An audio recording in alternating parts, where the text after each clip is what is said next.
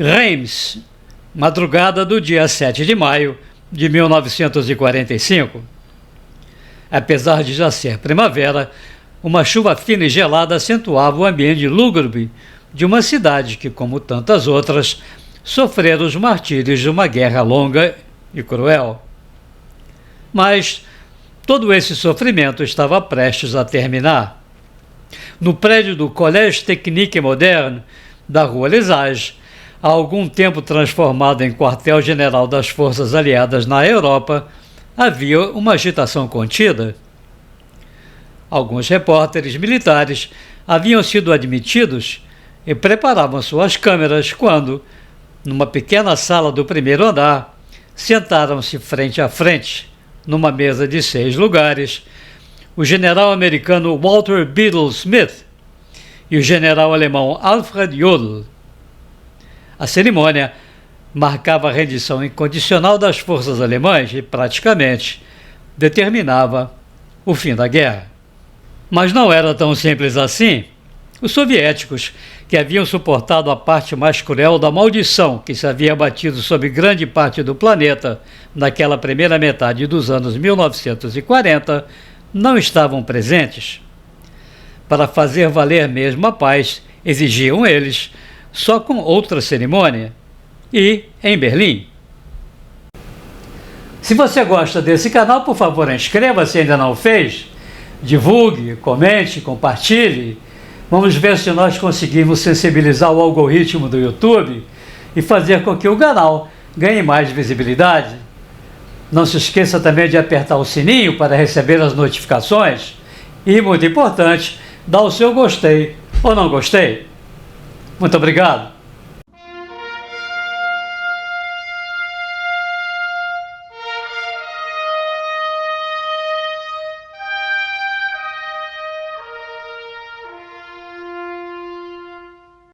A cidade está em ruínas. O portão de Brandemburgo ainda resiste de pé, mas, atrás dele, todos os prédios da Siegesallee, a majestosa Avenida da Vitória, estão destruídos. A Praça Potsdam perdeu os graciosos contornos que circundavam o edifício da chancelaria, e nada mais é do que um cemitério de paredes desabadas. Até onde a vista pode enxergar, o que sobrou foram estruturas ocas, onde só as empenas desfiguradas ainda se erguem para um céu descolorido, vazias e trágicas em seu silêncio sem vida.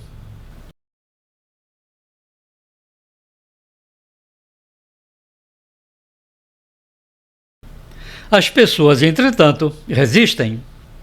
Em teimoso desafio, buscam uma razão para continuar vivendo, depois que a morte e o desespero as rondaram por tanto tempo.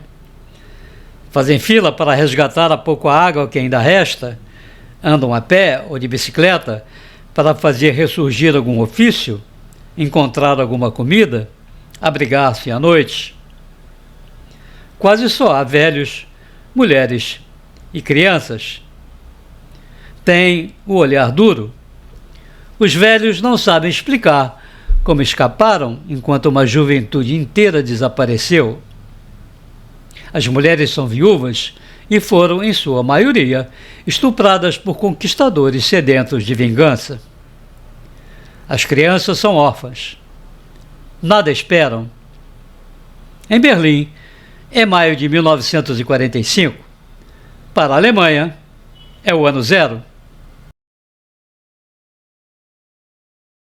Há 80 anos, no dia 8 de maio, a sede da administração militar soviética, uma construção cinzenta ocupada dias antes pelos russos, foi palco do capítulo final da maior hecatombe a se abater sobre o solo da Europa em toda a sua história. Pouco antes da meia-noite daquele dia, 3 marechais, o alemão Wilhelm Keitel, o inglês Seat Teda e o russo Georgy Zhukov, assinaram o termo de capitulação dos exércitos germânicos em toda a frente ocidental da Segunda Guerra Mundial. Foi a segunda parte da cerimônia ocorrida no dia anterior, em Reims. Era hora de contar os mortos, recuperar os feridos, reconstruir a vida. Para além de Berlim, as cenas de cidades reduzidas a esqueletos de pedra e ferro retorcido multiplicavam-se aos milhares. Na Alemanha, na França, na Bélgica, na Holanda, na Inglaterra, na Itália, na Áustria, na Polônia, na União Soviética. 60 milhões de mortos entre soldados e civis em 5 anos, 8 meses e 7 dias de luta. Ainda hoje, os números assustam. Quando terminou a cerimônia e a notícia ganhou as manchetes dos jornais, uma explosão de regozijo pôde ser ouvida de Moscou a Los Angeles.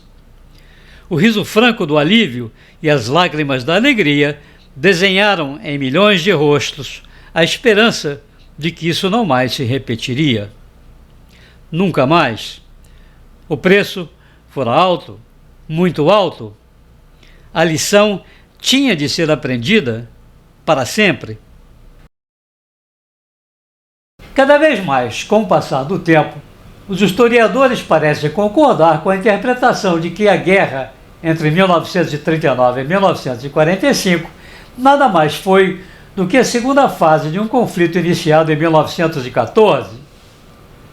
É bem provável que, assim como a medieval Guerra dos 100 Anos reúne num só título histórico uma sequência de conflitos envolvendo os mesmos contendores e baseados nas mesmas realidades, daqui a muitos anos as duas grandes guerras do século XX sejam englobadas num só capítulo. Embora o horror e a carnificina que marcaram a Primeira Grande Guerra fizeram crer que aquela seria a guerra para acabar com todas as guerras, o mundo que surgiu após o armistício de novembro de 1918 não desenhava os contornos de uma paz duradoura. Pelo contrário, as agitações sociais, o crescimento de novas forças políticas, o fatalismo que gerou a chamada geração perdida e a insensibilidade com que vários países europeus lidaram com seus problemas internos, adubaram um terreno já fértil onde iriam festejar sentimentos nacionalistas poderosos, o avanço do comunismo e de seu alter ego, o fascismo, e ambições territoriais históricas. Foi a época dos ditadores, dos governos fortes, do militarismo, na Itália, no Japão e principalmente na Alemanha, onde o duro castigo imposto pelo Tratado de Versalhes rompeu o tecido social, devastou a economia e abriu as cortinas de um palco montado à medida para o aparecimento de um líder carismático. A escolha popular de seguir como adoradores figuras como Hitler, Mussolini e Tojo não teriam consequências maiores não fossem Alemanha, Itália e Japão países decisivos em seus ambientes geopolíticos. Mais ainda, se levarmos em consideração a atitude alienada dos outros atores importantes como a França e a Grã-Bretanha, dispostos a tudo aceitar para evitar uma nova hecatombe, uma China desfigurada por uma corrupção endêmica e uma Liga das Nações esvaziada e inoperante. Ao se aproximar o final da década de 1930, o destino do mundo já estava praticamente selado. Aí vinha mais um apocalipse. O que aconteceu a seguir ultrapassou qualquer expectativa, por mais pessimista que fosse. O rastilho de pólvora, aceso pelos alemães em Danzig, na Polônia, ao raiar do dia 1º de setembro de 1939, iria, em semanas, explodir um barril que abalaria o planeta e mexeria com os sonhos de uma geração inteira. Foi o reinado da insensatez, uma caixa de Pandora que ninguém foi capaz de fechar durante quase 6 anos. A Segunda Grande Guerra já gerou mais debates, livros, filmes e documentários do que qualquer outro evento histórico. Graças ao estágio de desenvolvimento da fotografia e das câmeras de filmagem à época, é possível para nós, atualmente, conhecer com bastante proximidade os horrores, as tragédias, a crueldade levada ao limite do impensável, a bestialidade e a brutalidade de pessoas ensandecidas pela violência, assim como a coragem, o heroísmo e a abnegação revelados em momentos de total desespero. Como em todas as guerras, foi uma seleção pelo inverso. Os jovens mais capazes fisicamente foram para a frente de batalha. Milhões deles foram dizimados em campos minados, emboscadas, ataques e retiradas, na neve, no deserto, em campinas e nas ruas, em navios e submarinos, em bombardeiros e aviões de caça. Em certos casos, as probabilidades eram cruelmente desfavoráveis. Só na 8ª Força Aérea Americana, a das fortalezas voadoras B-17, que bombardearam a Alemanha entre 1944 e 1945, apenas um quarto das tripulações conseguiu terminar suas 25 missões. 75% foram abatidos. 28 mil mortos, todos jovens entre 19 e 21 anos. Isto para não falar das divisões inteiras da Wehrmacht, aniquiladas nas geladas estepes russas, e de outros tantos do Exército Vermelho antes de Stalingrado, dos prisioneiros chineses enterrados vivos pelos japoneses, da oficialidade polonesa abatida por pelotões de fuzilamento. Mas o tamanho dessa imensa tragédia adquire nova dimensão quando falamos das perdas civis. Em junho de 1944, soldados alemães das SS entraram na pequena vila francesa de Oradour-sur-Glane. Em minutos, reuniram sua pequena população de cerca de 700 pessoas. Os homens foram conduzidos para garagens e celeiros, as mulheres e crianças para a única igreja da vila. Enquanto lá estavam, puderam ouvir os disparos que mataram os homens. Depois, elas também foram mortas quando os soldados incendiaram a pequena igreja. Não sobrou ninguém. Para terminar, os SS explodiram e incendiaram todos os edifícios da vila. Oradour nunca foi reconstruída. Tornou-se um memorial contra a bestialidade humana. Como Oradour, milhares de outras cidades experimentaram o mesmo martírio na Europa e na Ásia. Além disso, centenas de milhares de civis perderam a vida nos devastadores bombardeios que castigaram Londres e outras cidades inglesas, Hamburgo e Dresden na Alemanha, Varsóvia na Polônia e tantas mais. Outros milhões foram massacrados na Rússia, na Ucrânia, na China, na França e em todo lado, pelo simples fato de estarem no caminho dos exércitos invasores ou na mira das forças de repressão. E por pior que seja, toda esta história de terror não termina aqui. O espectro do Holocausto vem assombrar ainda mais este capítulo negro da história humana, o império da insensatez que ainda hoje, 80 anos depois, tentamos entender. O 8 de maio de 1945 parecia trazer o fim desta insensatez, mas era apenas uma parte da história. Do outro lado da Terra, a guerra continuava no Pacífico. Gente continuava morrendo ou sendo amputada moral e fisicamente. O fanatismo e a insensibilidade ainda transformavam no inferno boa parte do planeta. Em agosto, Hiroshima e Nagasaki iriam dar a conhecer ao mundo as chaves do Armagedon e avisar que era bom parar por aí. Mas não foi. E hoje, 80 anos depois, o flagelo continua.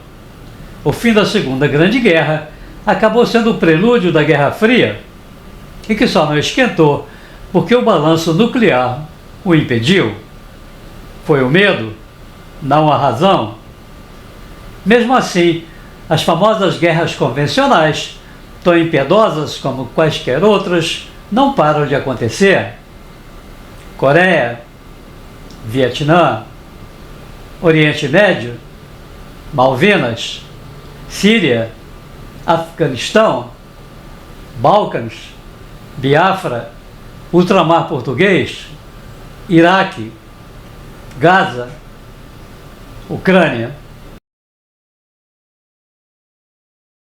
O que estamos agora comemorando é somente a lembrança esmaecida de um desejo vão, uma paz apenas ideal.